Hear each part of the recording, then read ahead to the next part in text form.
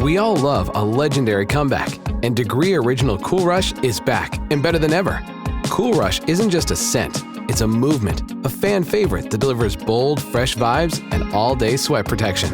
Whether you're heading to the gym, the office, or just trying to stay fresh on a long day, Cool Rush has your back. So if you haven't tried it yet, head to your local Walmart or Target and grab Degree Cool Rush, the fan favorite scent from the world's #1 antiperspirant brand. Welcome back to another edition of the Unofficial Guide Disney Dish Podcast with Jim Hill. It's me, Len Testa, and this is our first show for August. Also, coincidentally, my birthday. Woo! Go me. Woo! Thank you, Jim. Let's bring in Jim Hill. Jim, how's it going? Happy birthday to you, Len. I am fine. All right, Jim. So we haven't done one of these shows in a few weeks.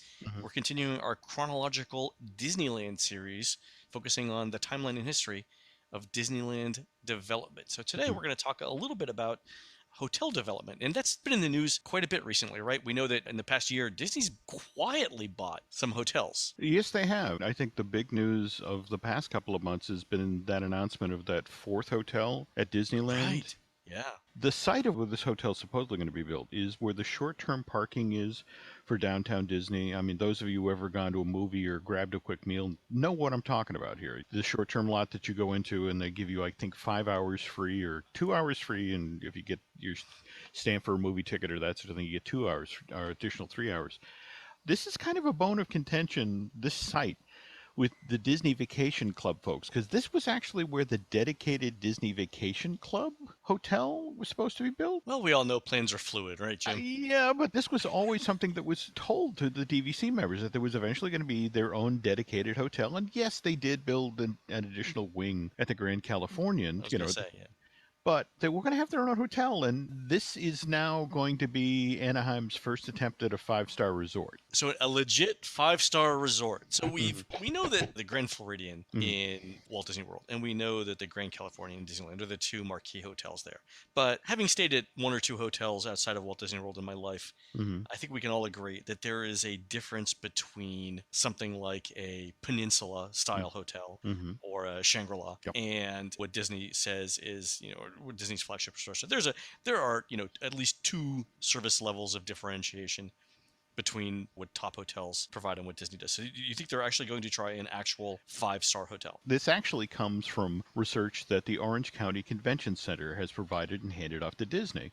And remember, the Anaheim Convention Center is in the middle of this huge expansion. The one pushback that the convention center has always got is, I would love to bring my company's event to Anaheim, but you don't have a 5-star hotel. I can't pamper my clients. CEO. Right. Yeah. Your clients are CEO, right? Yeah. Yeah. So at the Desert Inn, which is a fine budget hotel, but not the place that you're going to wine and dine potential clients. No, that's it exactly. So it's one of these things where Disney looked at that and it's like, well, hell, we could tap into this very lucrative market.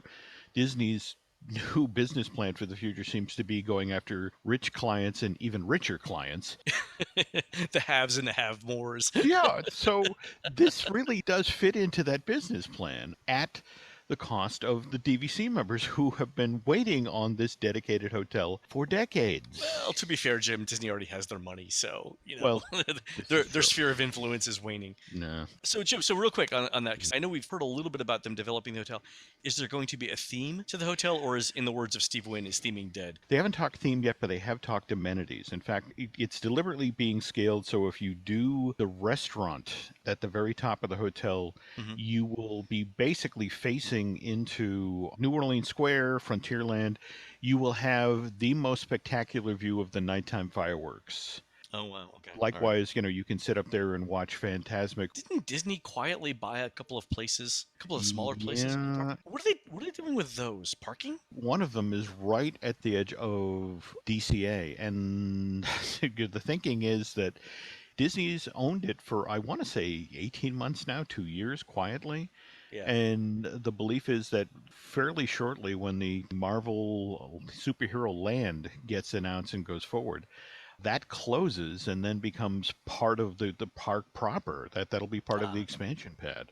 Got it.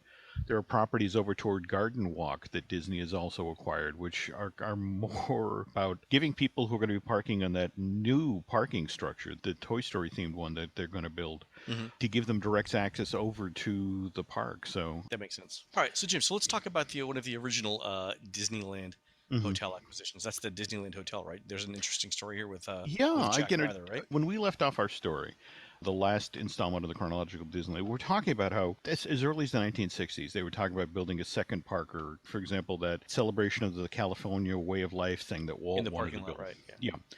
But the whole goal was that we want to turn Anaheim into a multi-day resort like Orlando. And Disney officials, they had the dream, they had the drive. What they didn't have was the land, which is why they made repeated runs at Jack Rather, the early television pioneer. Yeah, Jack's the guy who produced those long-running versions of Lassie and the Lone Ranger television series. And, everybody knows the story of how he came to build the Disneyland Hotel. Look, Walt had no money, barely had enough to build the park. He convinced Jack to build this hotel, and one of the things that he gave Jack, he leased him the land for 100 years. And that was rock solid, that there was no way Disney could get that back. And Right. but which isn't to say that Disney didn't try. Near as I can determine, Len, Disney officials made 3 separate attempts to acquire the Disneyland Hotel.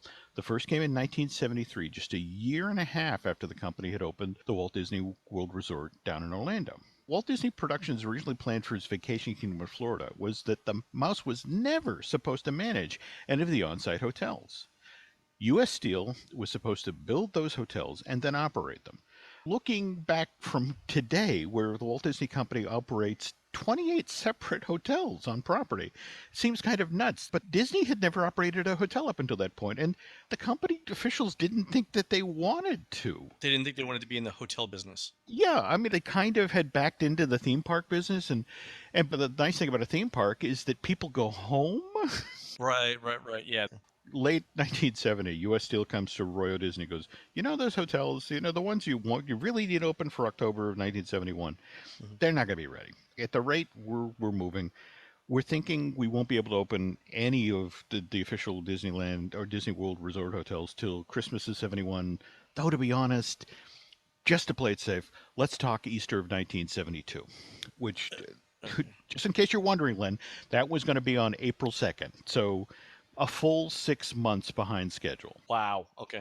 And so, for Roy's point of view, this was intolerable. So he turns around immediately after this meeting, goes to his board of directors and says, "We have to buy out U.S. Steel and take over construction of the Contemporary and the Polynesian Village." And how was that conversation received? Because first of all, at the time, U.S. Steel was a huge corporation. So you Yeah. go to the board of directors and you say, in effect, one of the most powerful companies in the world can't get this done. But by golly, we can do it. Yeah. I would be like, Roy, how's the swamp gas coming? Do you need more, perhaps some oxygen? Did you find a still out in the backwoods there, Will? But anyway, I mean, they did it. They pulled it off. We're just sort of surprised that they did. So it's like, well, look, if we can run our hotels and own hotels in Orlando, why can't we do it in Anaheim? So summer of 73, Disney World Productions officials reach out to Jack Rather to see if he'd be willing to sell the Disneyland Hotel and the 36 acres that this complex sat on to Wow. the company. And that's valuable in Anaheim. 36 acres. You're talking about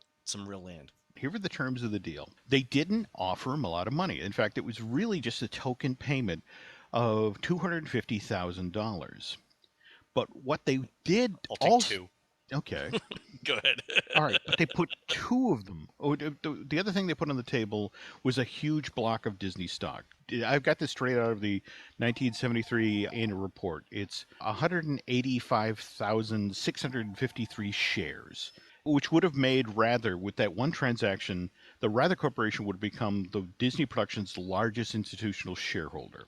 Wow. Why this was tempting to Jack was he started in petroleum, but really made a lot of his money in television and owning television stations. And again, this is beginning of the 1970s, Len. And he's looking at that Disney has this giant library of cartoons and feature films and TV shows that, remember that the old Disney business plan was put movies in the vault for every 7 years. You brought them out for the next generation of kids and then you put them back. And every other studio had sold off their film library. So Right. Disney was unique at this point.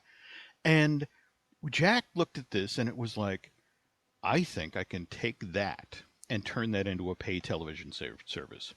HBO hadn't even launched to November of 72. So here he is. This is August of 73, where it's like, oh my God, they're going to give me this stock and I'll have sway over the board and I can maybe get them to launch this channel. And Jack was on board. Now, mind you, he has to turn around. It's a publicly held company, but he has to convince his shareholders.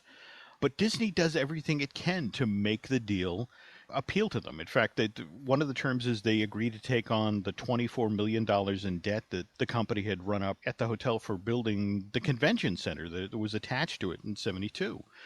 Disney was willing to do all this, give him the stock, allow him to maybe help them get a pay service up out of the ground and take on that debt if they got control of the hotel. How many shares of stock was the offer? 185,653 shares. Let's call it 186,000. I'm just going to do some quick math here real quick. Okay.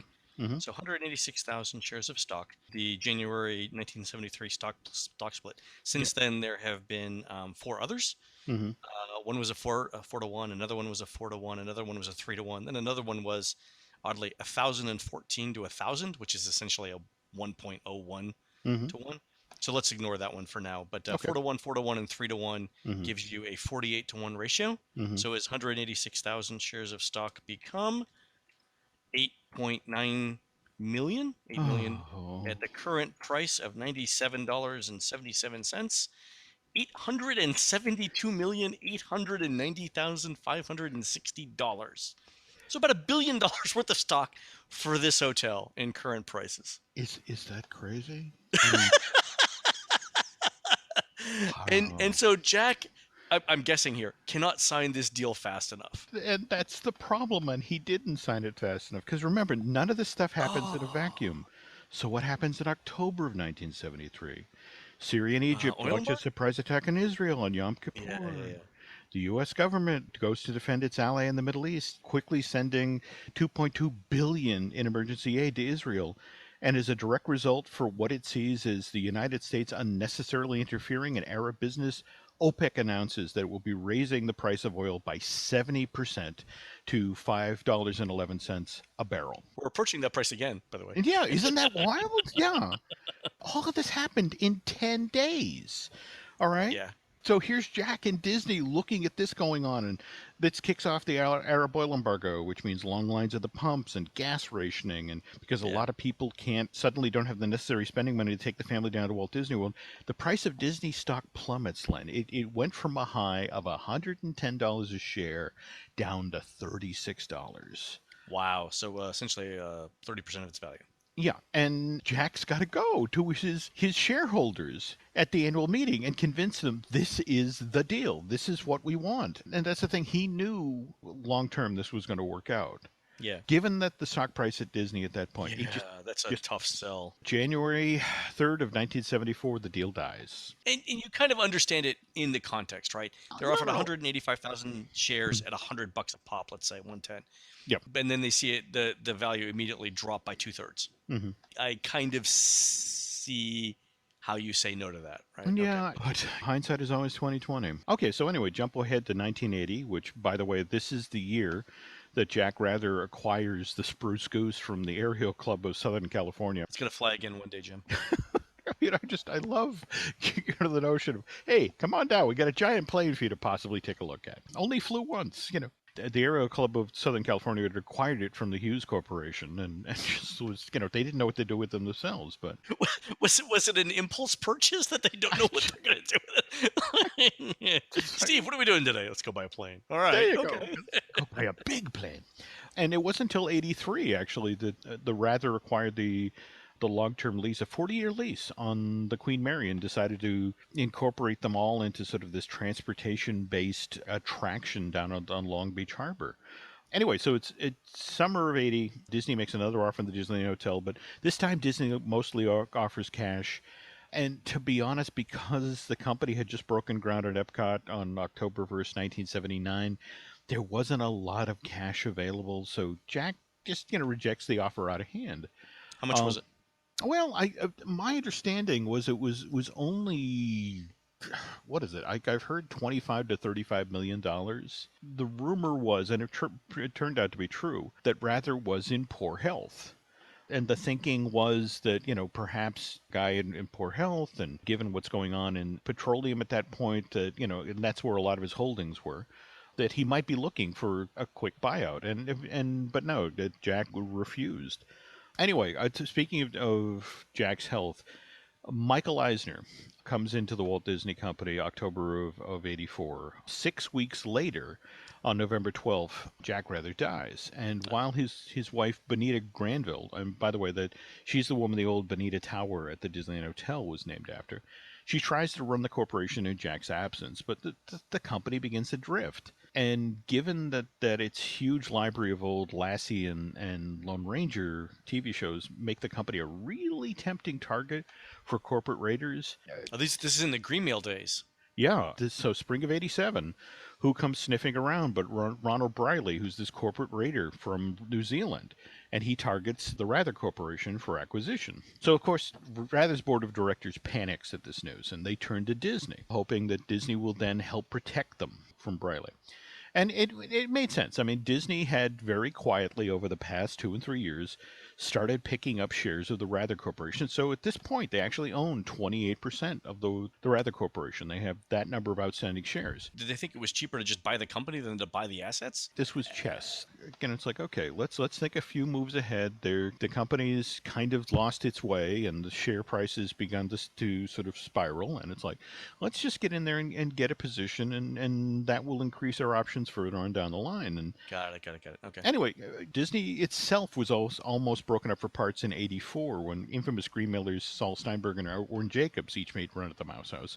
So again, the thinking was rather board. Surely Disney will be sympathetic and will come to our rescue, and that's not what happened, Len. When Disney learned that Briley was after Rather, they reach out to him and say, "Why don't we go on this deal together? You can have all the petroleum leasings and the television stations. All we want is the Disneyland Hotel and our pick of Rather's Southern California real estate holdings." And Wow. Disney really plays hardball. I would say that's a bit much. Well, no, but at this point, the people in the original relationship, Jack and Walt, are dead. Oh yeah, Okay, they're gone. all right. They're gone. So this is really two corporations without much personal relationship between the two. And it gets so much worse, Len. All right, Does it really? This is straight from the Los Angeles Times. Okay. Rather officials tell Disney and Briley that they want $28 a share for their company. Okay. Disney comes back and says if Rather doesn't accept far less, they are going to increase the modest fee that Disney has been charging the Disneyland Hotel in Anaheim for the use of the monorail. The Los Angeles Times doesn't get into the specifics here, but let me share what I've been told by a couple of company insiders. Basically, what Disneyland was doing before this deal was that they were charging the Disneyland Hotel what it costs to staff the monorail station at the Disneyland Hotel daily. So, I mean, you're talking a couple of $100. Yeah, so you're talking under $100,000 a year for the. Yep. Okay. All right. But again, obviously, having a monorail that took guests straight to that park was a huge perk in the Anaheim hotel market. Sure. So Disney basically said, look, this service has been underpriced for decades. It's time for you to start paying for this perk. If you don't agree to our terms, we will start charging you $10,000 a day. $3.6 million a year. You've got to be getting at least that much from guests who are staying at your hotel because you have the monorail. And now back to the Los Angeles Times story. Rather team was shocked, but the tactic worked. Disney paid $21.50 a share, a razor-thin premium over the $20 that the company shares were trading for at that time on the open market. But Disney maintained that, look, it's only fair to ask Rather to pay for a higher price for a service that has been underpriced for decades. It takes till January 22nd, 1998 to work out all of the whereases and therefores. 1998 or 1988? 1988, excuse me. 88. Okay. But Ronald Briley and the Walt Disney Company eventually complete their $152 million acquisition of the Rather Corporation. The shareholders approved the purchase at their annual meeting, and under the terms of the deal, Disney and Briley now jointly own the 1,704-room Disneyland Hotel, which is on property that Disney leased to Jack rather personally for till the year 2054. And now Disney and Briley also assumed the 40-year leases that Rather had to operate the Queen Mary and Spruce Goose attraction down at Long Beach. This Wow. deal Okay. only stays in place for 2 months till Disney then turns around and then buys out Briley for $85 million. So how much did Briley make on this deal? Well, you got to remember, he then turns around and starts breaking the company up for parts. Between the $85 million that Disney basically paid him just for the hotel and the Long Beach stuff, Hmm. and I think they may have retained the film rights to the Lone Ranger. That would make sense. Yeah. Okay. But beyond that, he sold off the television stations, he sold off the oil leases. I've heard he may have cleared as much as $500 million In 1988 money. in 1988 money. So it's pretty astounding. But anyway, now finally, the Walt Disney Company owns the Disneyland Hotel. They can now begin to turn Anaheim into Orlando, except that as part of this, there were those 40-year leases on the Long Beach attractions. And Hmm. this is when Eisner, early 1988, Michael turns to the Imagineers and said, go down and check that stuff out. Is there something we could do with that? And that's what we'll get to in our next installment of the Chronological Disneyland. So the Queen Mary and the Spruce Goose. Yep, yep. I see the two most interesting pavilions in the world. Oh, you don't know the half of it. Len, Uh, they had such plans. all right, we'll talk about it on the next show then. All right. All right, folks, you've been listening to the Unofficial Guide Disney Dish podcast with Jim Hill. Please go on to iTunes and Stitcher and Google Play and rate our show and tell us what you would like to hear next. For Jim, this is Len. We will see you on the next show.